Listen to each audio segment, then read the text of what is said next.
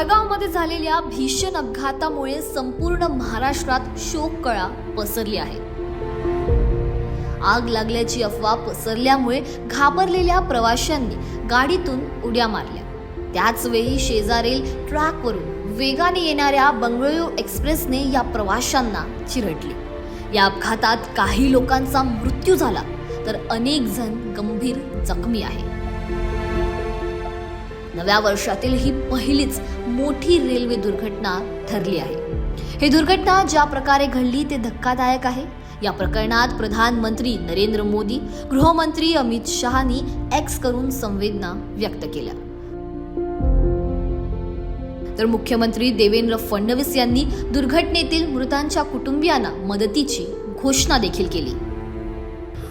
जळगाव जिल्ह्यातील पाचोऱ्या नजीक अतिशय भीषण अशा प्रकारचा अपघात किंवा ही दुर्घटना घडलेली आहे आणि काही लोकांना ट्रेनमधनं धूर येतोय असं वाटल्यामुळे किंवा त्या ठिकाणी आग लागली आहे असं समज झाल्यामुळे त्यांनी ट्रेनमधनं उड्या घेतल्या आणि समोरून येणाऱ्या दुसऱ्या ट्रेनने त्यांना उडवलं आणि मोठा अपघात त्या ठिकाणी झालेला आहे। आमचे मंत्री गिरीश महाजनजी अपघाताच्या स्थळी पोहोचलेले आहेत। जे काही लोक मृत आहेत, जवळपास 10-11 लोक मृत असतील असा प्राथमिक अंदाज आहे। तेवढेच किंवा त्यापेक्षा जास्त लोक जखमी देखील असू शकतात।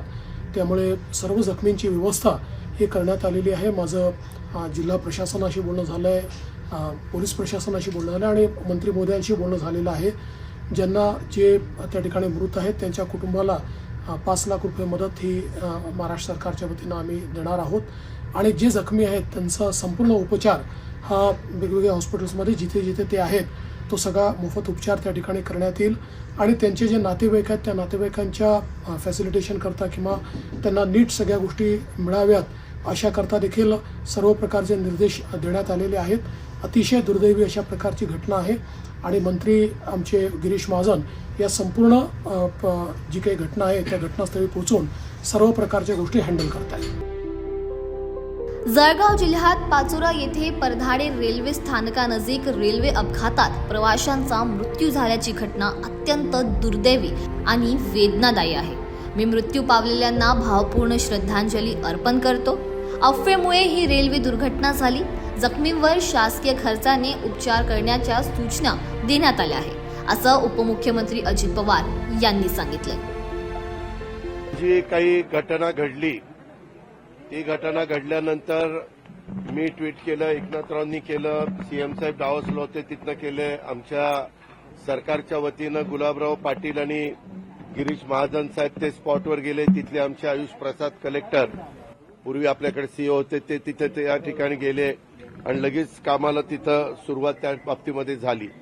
आपल्यालाही माहिती आहे की या घटना अतिशय दुर्दैवी आहेत, परंतु तिथं माहिती घेतल्यानंतर असं लक्षात आलं की उदल कुमार हा 30 वर्षाचा राहणार भिंगा, जिल्हा श्रवस्ती, राज्य उत्तर प्रदेश, हे लखनौ येथून लखनौ ते मुंबई ही पुष्पक एक्सप्रेस जी गाडी आहे तिथं 21 जानेवारीला ते 9:25 मुंबई येथे पहिल्यांदाच रोजगार मिळवण्याच्या करता, जसं मुंबईमध्ये अनेक जण रोजगाराच्या निमित्तानं येतात तसे हे उदल कुमार निघालेले होते।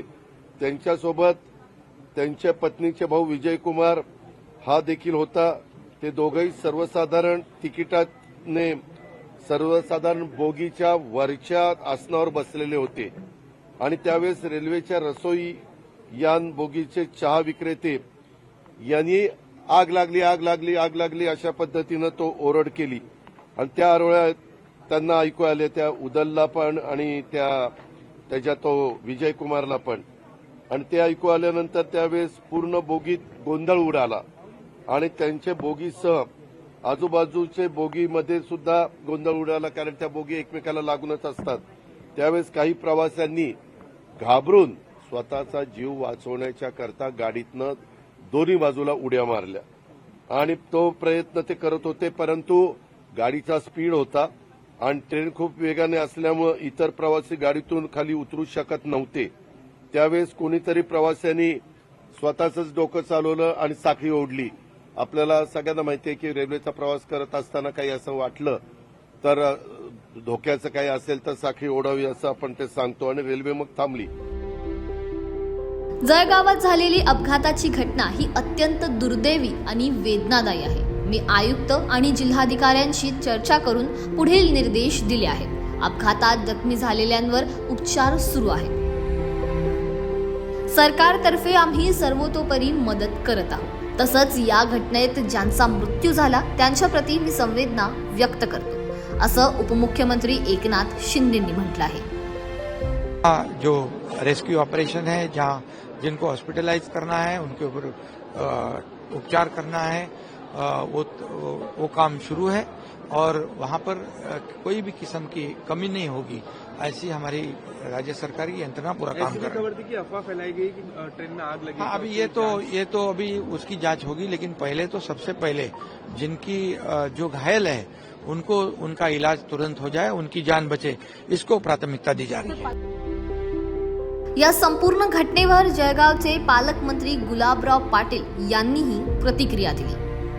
देखो, पुष्पक एक्सप्रेस जो है, जो लखनऊ से मुंबई तरफ जाती है और जलगांव से 40 किलोमीटर के दूरी पर ये घटना घटी है, जहां से वो मुंबई तरफ जा रही थी.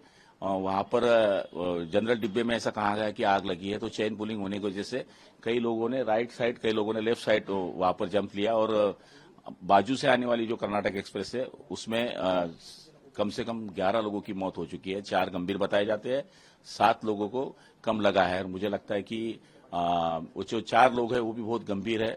मृतों की संख्या बढ़ सकती है. स्थानीय प्रशासन से कुछ चर्चा चल रही है आपकी? लगातार जी, कलेक्टर से बात हुई है, स्थानिक या डीआरएम से बात हुई है, एसपी से बात हुई है और वहां पर हमारे स्थानिक विधायक से भी बात हुई है जो किशोरप्पा पाटिल है. उसके बाद में एक्स एमपी जो उन्मेष पाटिल थे उनसे भी बात हुई है और मुझे लगता है कि वहां पर आजू बाजू के जो लोग हैं वो भी वहां पर पहुंचे हैं, प्रशासन पहुंचा है, मेडिकल का पूरा ताफा वहां पर पहुंच चुका है और मुझे लगता है कि अभी वो जो गाड़ी थी जहां पर खड़ी थी उसको अगले स्टेशन पर हिलाया गया है. कितने आंकड़े मृतकों के और बढ़ सकते हैं, क्या संभावना है? देखिए, अभी 4 तो बहुत गंभीर बताए जाते हैं, इसलिए 11 तो एक्सपायर हो चुके हैं और ये 4 का कोई कह नहीं सकते. केंद्र सरकार से कुछ लगातार टच में है या मेडिकल से कुछ टच में है? रक्षा जी से बात की है हमने, जो हमारे मिनिस्टर है, कि भाई इनको कुछ मदद दी जाए और मुझे लगता है कि अभी तो पहले बचाना सबसे बड़ी बात है, उसको ज्यादा प्राधान्य देना चाहिए. जो 7 लोग है उनको बचाना भी जरूरी है. पूर्वी रेल्वेची तिकीट स्वस्त होती, पण सध्या प्रवाशांचा जीव स्वस्त झालाय. मोदींनी आणलेली कवच योजना ही निव्वळ जुमलेबाजी आहे, अशी टीका पटोलेंनी केली. आपण पाहिलं असेल की जळगावजवळ जे पुष्पक एक्सप्रेसचा जो ऍक्सिडेंट झाला त्याच्यामध्ये 40 म्हणजे 25-30 लोक मृत्युमुखी पडलेत असे आकडे पुढे येतात आहेत. रेल्वेच्या होणाऱ्या अलीकडच्या काळामध्ये मोठ्या प्रमाणात ऍक्सिडेंट आणि त्यामध्ये मोठ्या प्रमाणात निर्दोष लोकांचा मृत्यू, सामान्य लोकांचा मृत्यू होताना आपण पाहतोय. सरकारने कवच नावाची योजना आणली, नरेंद्र मोदीच्या सरकारने. लोकांना वाटतं की आमचं आता नरेंद्र मोदींनी आपल्याला कवच दिलेलं आहे, त्याच्यामुळे आता आम्हाला कुठल्याही दुर्घटनाग्रस्त व्हायचं आणि कोणाच्या निर्दोष लोकांचा जीव जाणार नाही, असं लोकांना एक विश्वास त्यांच्या प्रती झाला. पण आजची घटना आपण पाहिली की लोक गाडीवरून कसे कूदतात आहेत आणि त्याच्यामध्ये जाणाऱ्या पुढच्या गाडीतून येणाऱ्या लोक त्याच्यामध्ये कसे लोक मृत्युमुखी पडतात आहेत. एक कवच योजना फक्त दाखवायची एक त्या ठिकाणी योजना राहिलेली आहे. ही जुमलेबाजी झालेली आहे. आमच्या काळामध्ये रेल्वेचं तिकीट स्वस्त होतं, पण आताच्या या काळामध्ये आपण मोदी सरकारमध्ये पाहतोय की लोकांचा जीव आता सस्ता झालेला आहे. सामान्य गरीब आणि निर्दोष लोकांचा मृत्यू मोठ्या प्रमाणात रेल्वेमध्ये होते आहे. लालबहादूर शास्त्रींच्या काळात अशीच ऍक्सिडेंट झालेला होता आणि त्यांनी तातडीने राजीनामा दिलेला होता. अगर मोदी सरकारमध्ये धमक असेल आणि सातत्यानं होणाऱ्या या रेल्वेच्या दुर्घटना ज्या होतात आहेत त्याची जबाबदारी स्वीकारून मोदी सरकारने राजीनामा द्यावा ही मागणी आम्ही करतोय. रेल्वे मंत्र्यांचा मोठा फेल्युअर आहे. मोदी सरकारचाच फेल्युअर आहे, एकट्या रेल्वे मंत्र्याचं नाही. कारण की मोदींच्या मित्रांच्या मालगाड्या ज्या मोठ्या प्रमाणात आता रेल्वे रूटवरून जातात आहेत त्यांच्यासाठी ज्या काही व्यवस्था निर्माण केलेल्या आहेत आणि पॅसेंजर ट्रेनला कसं मागं टाकलं जाते आणि कसं त्याच्यामध्ये घाई गर्दी होते हे आता सगळ्या लोकांना कळायला लागलेलं आहे. मित्रांच्या कोणत्या गाड्या त्यांच्या मालगाड्या जातात आहेत, प्रॉफिट कसं त्यांना जास्त मिळेल याच्यावर जे काम केलं जाते, त्यामुळे हे सगळं चित्र आता स्पष्ट झालेलं आहे. आणि म्हणून लालबहादूर शास्त्रींनी केलेलं काम, त्यांनी जबाबदारी स्वीकारली होती, तशी जबाबदारी मोदी सरकारने स्वीकारावी ही मागणी आम्ही करतो. या संपूर्ण घटनेने महाराष्ट्रच नव्हे तर संपूर्ण देश हादरला आहे. याबाबत आपली काय प्रतिक्रिया आहे आम्हाला कमेंट सेक्शनमध्ये नक्की सांगा आणि अशाच नवनवीन अपडेट्ससाठी बघत रहा नवराष्ट्र.